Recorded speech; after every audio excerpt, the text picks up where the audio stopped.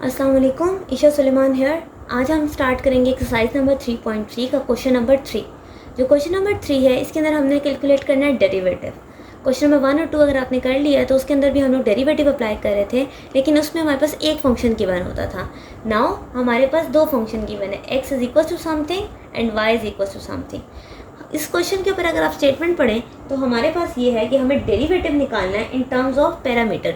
हमारे पास पैरामीटर क्या गिवन है, देखें x और y दोनों फर्दर किसी और वेरिएबल पर डिपेंड कर रहे हैं। उस वेरिएबल का क्या नाम है t।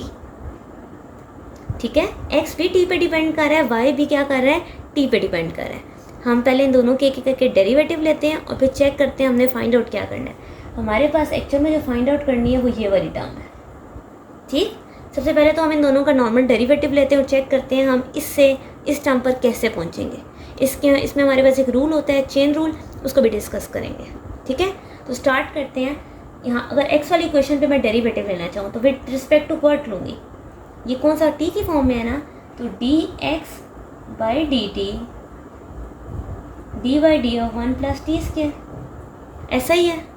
आप सेपरेट भी लेके चल सकते हैं, एक साथ भी, मैं एक साथ कर रही हूँ। y पे भी कौन सा वेरिएबल लगेगा, t, D by D t of, ठीक है। अब हम इस पर लगाते हैं रूल्स और चेक करते हैं। 1 का डेरिवेटिव 0, ठीक है। टी स्क्वायर का डेरिवेटिव क्या होगा, पावर रूल के अकॉर्डिंग 2 नीचे आ गया t, क्योंकि 2 में से 1 जाए तो 1 रहता है। सो यहाँ से dx बाई डी टी का आंसर आ गया 2t।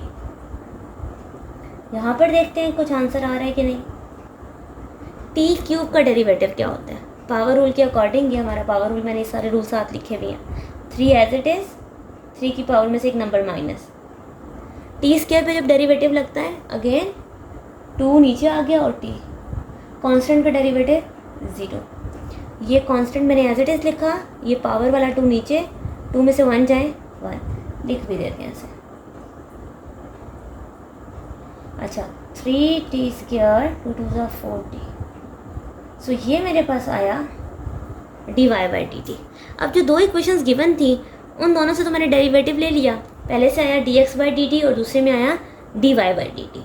अब देखा जाए तो मुझे फाइंड आउट करना है d y by d x.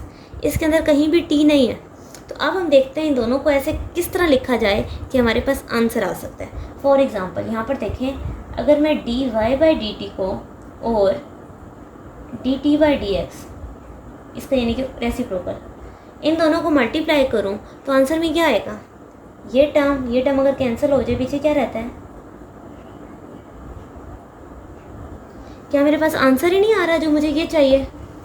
मैंने क्या लिखा, d x d y by D t वाली टर्म और डी टी वाली इधर वाली को उल्टा करके लिखा, इससे मेरे पास d y by d x आ गया। ठीक, तो एक्चुअल में इस रूल का नाम होता है चेन रूल। इसका क्या नाम है, चेन रूल। हम एक्चुअल में जब हमारे पास पैरामीटर की फॉर्म में इक्वेशन आती है तो हम उसे चेन रूल के थ्रू सॉल्व करते हैं। आप चेन रूल के थ्रू मैं यहाँ वैल्यूज़ डालूंगी, उन दोनों वैल्यूज़ को आपस में क्या करेंगे, मल्टीप्लाई, और आंसर क्या आ जाएगा, d y by d x. Okay ji, values डालते हैं। सबसे पहले d y by D t, इसकी क्या वैल्यू आई, 3t स्क्वायर प्लस 4, मल्टीप्लाई करूँगी d t by d x की वैल्यू, जबकि मैंने क्या निकाली, d x by D t. अगर मुझे इसका रेसिप्रोकल लिखना है तो मैं आंसर भी 1 अपॉन करके लिखूंगी, ऐसा है कि नहीं।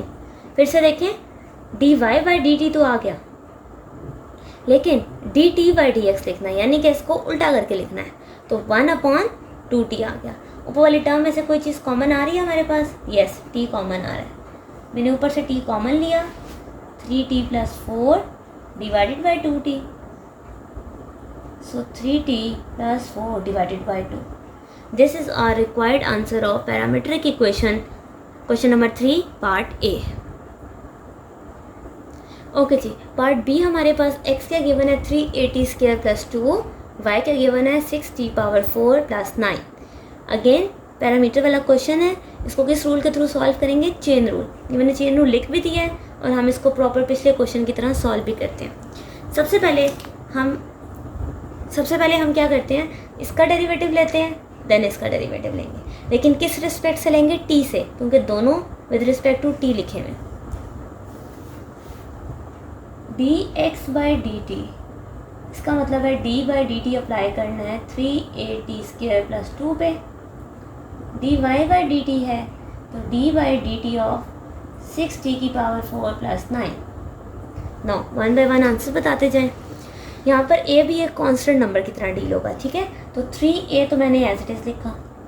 t² का डेरिवेटिव क्या होने वाला है?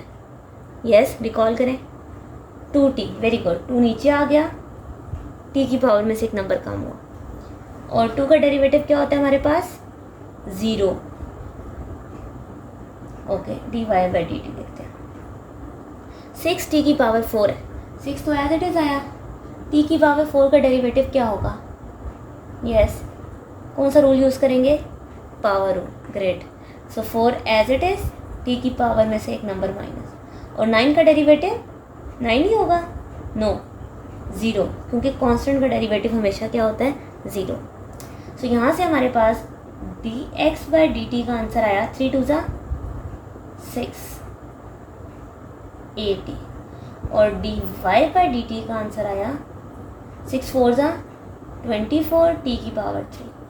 हमने दोनों आंसर्स निकाल लिए। अब हमें एक्चुअल में तो d y by d x चाहिए ना, तो हमने क्या पढ़ा था? चेन रूल यूज़ करते हैं। So d y by d x के लिए हमें d y by D t और d t by d x चाहिए होता। So d y by D t की जगह तो आ गया 24t³।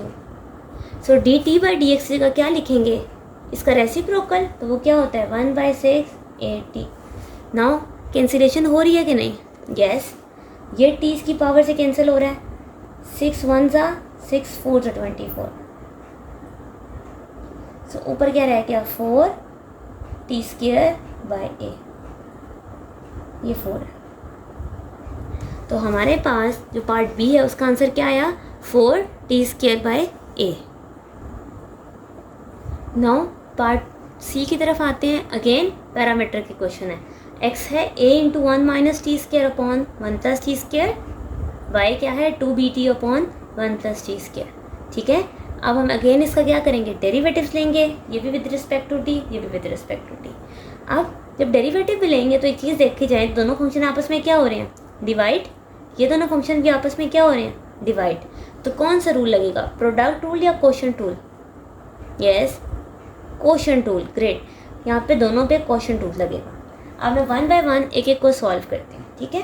तो सबसे पहले एक्स वाली टर्म को सॉल्व करते हैं। So d x by D t, d by D t of a 1 minus t² upon, ठीक हो गया। अब क्योंकि दोनों फंक्शन आपस में क्या हो रहे हैं? डिवाइड, तो इस पर क्वोशंट रूल लगाते हैं। 1 प्लस t² का क्या बन जाएगा? स्क्वायर। ये वाली टर्म बिल्कुल एज इट इज़ लिखते हैं, और डेरिवेटिव ले लेंगे अंदर वाली टर्म का, ठीक, माइनस फिर ये वाली टर्म एज इट इज़, और डेरिवेटिव ले लेंगे पीछे वाली टर्म, ठीक है। आप इसको ऐसे भी याद रख सकते हो जैसे आपको ठीक लगे। अब हम डेरिवेटिव्स लेते हैं।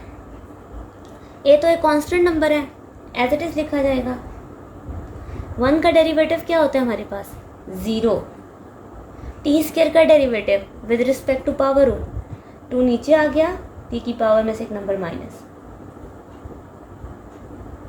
1 प्लस t²। 1 का डेरिवेटिव 0, t² का डेरिवेटिव 2t।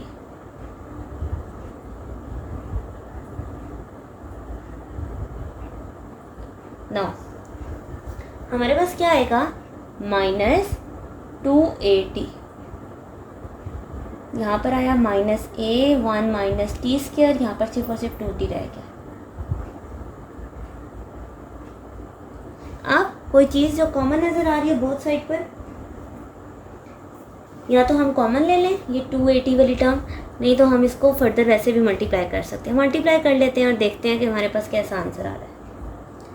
माइनस 281 हमारे पास क्या आ गया? Minus 280 minus 2at³ minus a 2t इकट्ठा इस 1 के साथ मल्टीप्लाई किया, so minus 2at minus minus plus 2at³।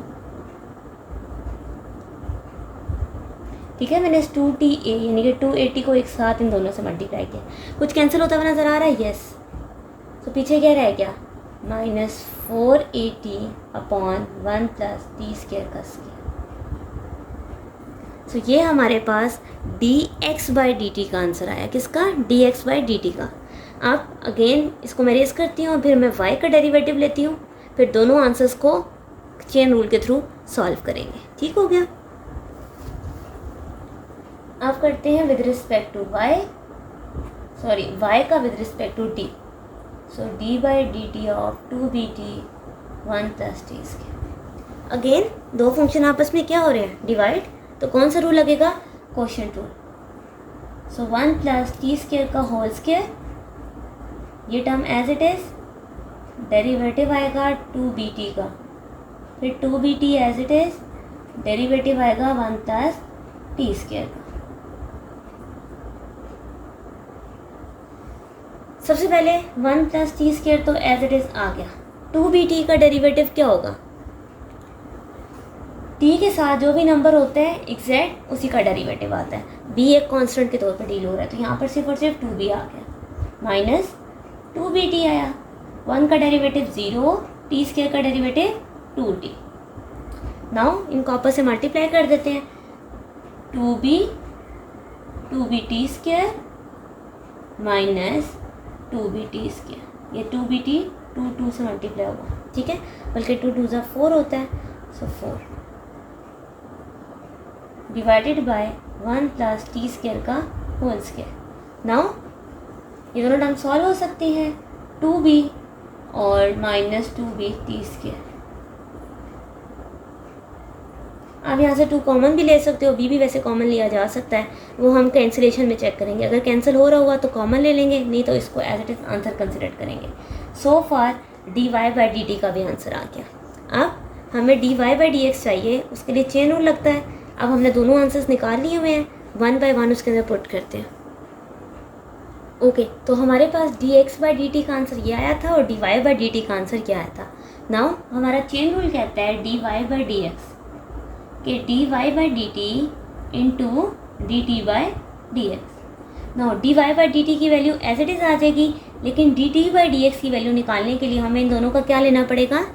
Yes, reciprocal. Great, तो हम रेसिप्रोकल भी ले लेते हैं। सबसे पहले तो dy बाई डी टी की वैल्यू लिखते हैं, 2b minus 2b T square upon 1 plus t square multiply dt by d x लिखना है, इसकी जगह बदल दूँ, डिवाइडेड बाय माइनस 480। नाउ कुछ कैंसिल होता हुआ नज़र आ रहा है? यस, ये टर्म और ये टर्म क्या हो गई आपस में? Cancel out. ऊपर कोई टर्म कॉमन नज़र आ रही है, 2b कॉमन नज़र आ रहा है, ले लेते हैं। 1 माइनस टी स्क्वायर, 2 1 ज़ा 2 2 ज़ा, सो b 1 minus T square minus 280। आप ये माइनस नीचे लिखो, यहाँ साइड पर लिखो, कहीं पर भी लिखो, एक्सेप्टेबल है, ऐसे भी लिख सकते हैं क्योंकि माइनस से फ़र्क नहीं पड़ता। So this both are answer of part number C. Part number D देखते हैं। अगेन एक्स और वाई गिवन है in terms of t. X क्या गिवन है? 380 upon 1 plus t cube, y given है 380 square upon 1 plus t cube. Again हम इस पर क्या करने लगे हैं? डेरिवेटिव लेने लगे हैं। पहले मैं विद रिस्पेक्ट टू टी लेती हूँ एक्स का डेरिवेटिव, और फिर with respect to t y का सॉल्व करेंगे, ठीक है। सो 1 बाय 1 इनको सॉल्व करते हैं। सबसे पहले एक्स वाला, D x by D t, d by D t of 380 1 plus t cube. सबसे पहले तो देखिए दोनों फंक्शन आपस में क्या हो रहे हैं? डिवाइड। अगर दो फंक्शन आपस में डिवाइड हो रहे हो तो हम कौन सा रूल यूज़ करते हैं? Quotient rule. यस, तो मैं क्वोशिएंट रूल लगाने लगी हूँ। नीचे वाले फंक्शन का स्क्वायर, ये function as it is, derivative आ जाएगा 380 का, फिर 380 एज इट इज, और डेरिवेटिव आ जाएगा इस टर्म का। ठीक हो गया। नाउ आप डेरिवेटिव्स देखते हैं हम। 380 का डेरिवेटिव क्या होने वाला है? लास्ट भी हमने क्वेश्चन किया था, उसमें भी देखा था ए एज अ कांस्टेंट डील होता है, तो उसका आ जाएगा 3a, क्योंकि विद रिस्पेक्ट टू टी है ना, ए एक्स का डेरिवेटिव a होता है। 1 का डेरिवेटिव 0, टी क्यूब का डेरिवेटिव 3t स्क्वायर। मैंने पावर रूल लगाया, 3 नीचे आ गया और पावर में से एक नंबर माइनस। नाउ इनको मल्टीप्लाई कर देते हैं।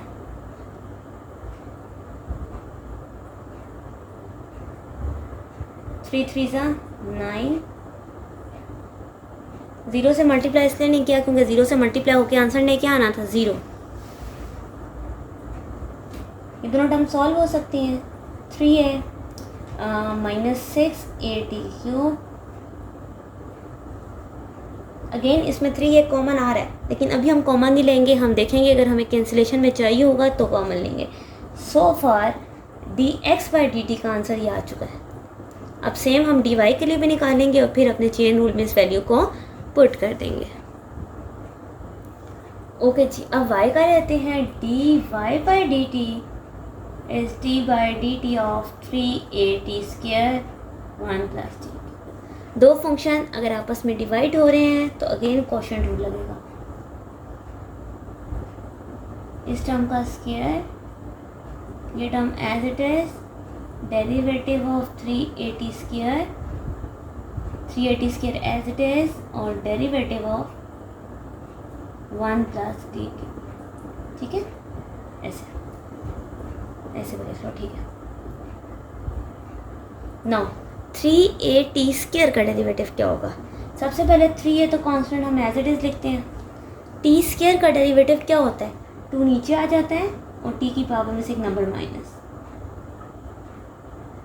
1 का डेरिवेटिव 0, t³ का डेरिवेटिव 3t²।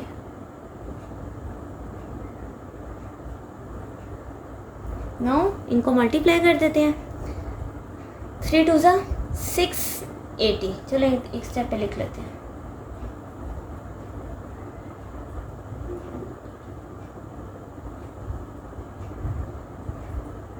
नाउ इनको आप आपस में मल्टीप्लाई करें। 6 1 680, 6a⁴, 9a⁴। ऊपर वाली टर्म दोनों आपस में थोड़ी सी सॉल्व हो सकती हैं। यस, इसको थोड़ा सा सॉल्व कर लेते हैं। 6 - 9 सो -3।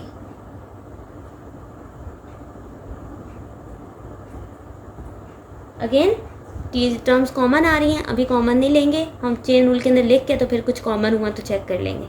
ठीक है, सो ये मेरे पास आंसर आया dy/dt का। आप इन दोनों आंसर्स को चेन रूल के थ्रू लिखेंगे और चेक करेंगे। ओके जी, dx/dt का आंसर यह आया था हमारा और dy/dt का आंसर हमारे पास ये आया था। चेन रूल मैंने लिख दिया, अब चेन रूल में वैल्यूज पुट करते हैं। dy/dt ये एज इट इज आ गया। अच्छा, अब मैं कॉमन लेके ही लिख लेती हूँ। हमारे पास क्या चीज़ कॉमन आ रही है इन सब में? 3 और a t, तो यहाँ क्या रहेगा? सिंपल 2, ठीक है, -t³। अब dt/dx चाहिए, जबकि मैंने dx/dt निकाला, तो हमने क्या पढ़ा था? हम इसको रेसिप्रोकल करके लिख लेंगे। इसमें भी कॉमन ले लेती हूँ, 3 कॉमन ले लेती हूँ, तो पीछे क्या रह गया? 1 - 2t³ ओके जी, क्या चीज़ कैंसिल होती हुई नज़र आ रही है? ये टर्म 3a और 3a, तो मेरे पास क्या रह गया? t1 - आप इसे भी आंसर कह सकते हो और 2 को मल्टीप्लाई भी अगर हम कर दें तो बात एक ही है। ये और ये दोनों हमारे डेरिवेटिव के आंसर हैं। तो यहाँ पर क्वेश्चन नंबर 3 एंड होता है। अब हम स्टार्ट करेंगे क्वेश्चन नंबर 4।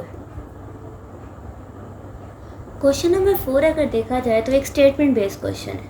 उस स्टेटमेंट में से मैंने कुछ जो मेन पॉइंट्स हैं या मेन वर्ड्स हैं, कीवर्ड्स, वो यहाँ पर लिखे हैं। हमारे पास ये है कि एक प्रोडक्शन है जिसके अंदर हमारे पास यूनिट्स प्रोड्यूस हो रहे हैं, ठीक है, इलेक्ट्रिसिटी के यूनिट्स होंगे जिस तरह भी। तो उसमें हमारे पास ये है कि जो टोटल कॉस्ट है ऑफ Q यूनिट्स, ठीक है, ड्यूरिंग प्रोडक्शन इज दिस। जो कॉस्ट आ रही है वो आ रही है 0.2 Q² + Q + $900, ठीक है। और एक्सपीरियंस से हमें पता ये चला है कि जो Q(T) का फंक्शन है, यानी कि कितने यूनिट मैन्युफैक्चर हो रहे हैं, वो है T² + 100T। सो एक कॉस्ट का फैक्टर गिवन है इन टर्म्स ऑफ Q और Q गिवन है इन टर्म्स ऑफ T। दो फंक्शन गिवन है। सवाल है कैलकुलेट रेट एट, मतलब रेट ऑफ चेंज जो हम डेरिवेटिव निकालते हैं, at which cost is changing with respect to time. असल चीज़ जो हमने फोकस करनी है वो ये लास्ट लाइन है, क्या है, cost is changing with respect to time. तो अगर कॉस्ट चेंज हो रही है, change of the cost C with respect to time, time मतलब टी, तो एक्चुअल में हमें क्या कैलकुलेट करना है, D C by D T, cost और टाइम। लेकिन अगर फोकस किया जाए तो एक नया वेरिएबल क्या है इस सवाल में, क्यू।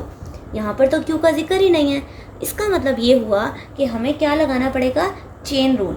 अगर चेन रूल के अकॉर्डिंग देखा जाए तो क्या d c upon d q और d q upon d t, हमने यही नहीं फाइंड आउट करना होता, जिसमें डी क्यू अगर डी क्यू कैंसिल हों तो पीछे सवाल ही बच जाता है। इसका मतलब ये हुआ इन दोनों फंक्शन का अलग अलग डेरिवेटिव लेंगे और फिर वो किस में पुट हो जाएगा, चेन रूल में। For example C of Q अगर देखा जाए,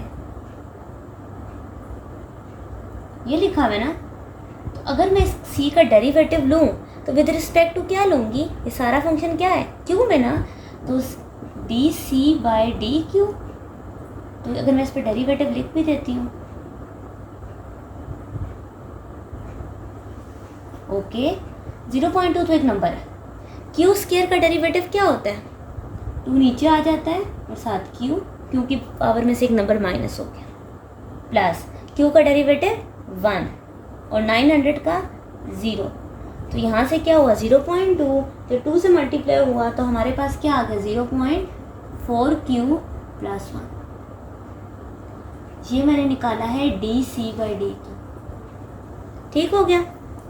अब दूसरा फंक्शन क्या गिवन था, टी क्यू वाला गिवन था, क्यू ऑफ टी गिवन है टी स्क्वायर प्लस 100t।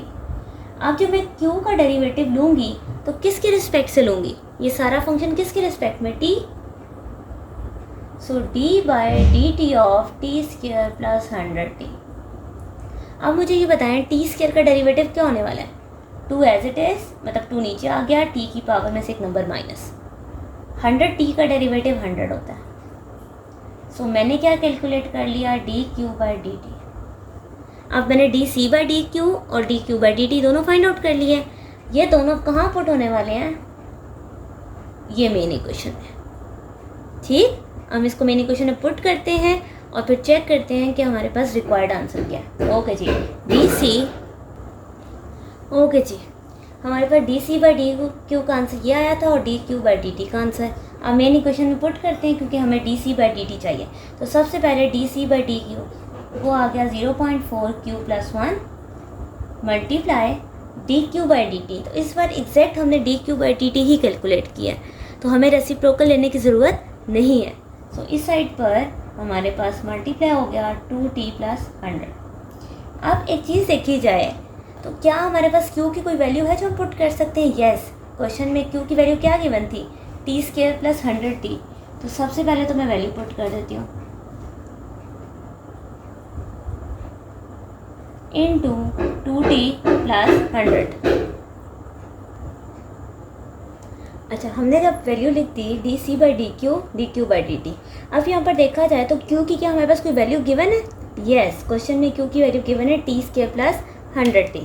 तो मैं सबसे पहले तो ये वैल्यू पुट करती हूँ, T square plus 100t plus 1 into 2t plus 100।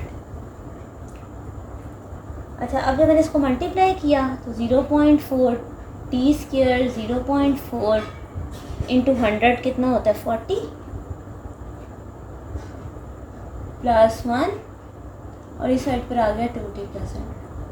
अच्छा, ये तो हमने फर्दर सॉल्व कर लिया। अब अगर देखा जाए जो हमने रेट कैलकुलेट चेंज करना था वो एट 1 आवर निकालना था, ठीक है। तो 1 आवर का मतलब ये है 1 कितना होता है, t इज इक्वल्स टू 1, क्योंकि सारा क्वेश्चन और की फॉर्म में था तो t की जगह क्या पुट कर देंगे 1। सो 0.4 1 का square 40 into 1 plus 1 2 into 1 plus 100। इस सारे को जब हमने सॉल्व किया तो हमारे पास आता है तकरीबन, इस वाली साइड को सॉल्व करें 41.4 और यहाँ पे आ जाएगा 102। इन दोनों को मल्टीप्लाई करेंगे 4,222.8 डॉलर पर आवर।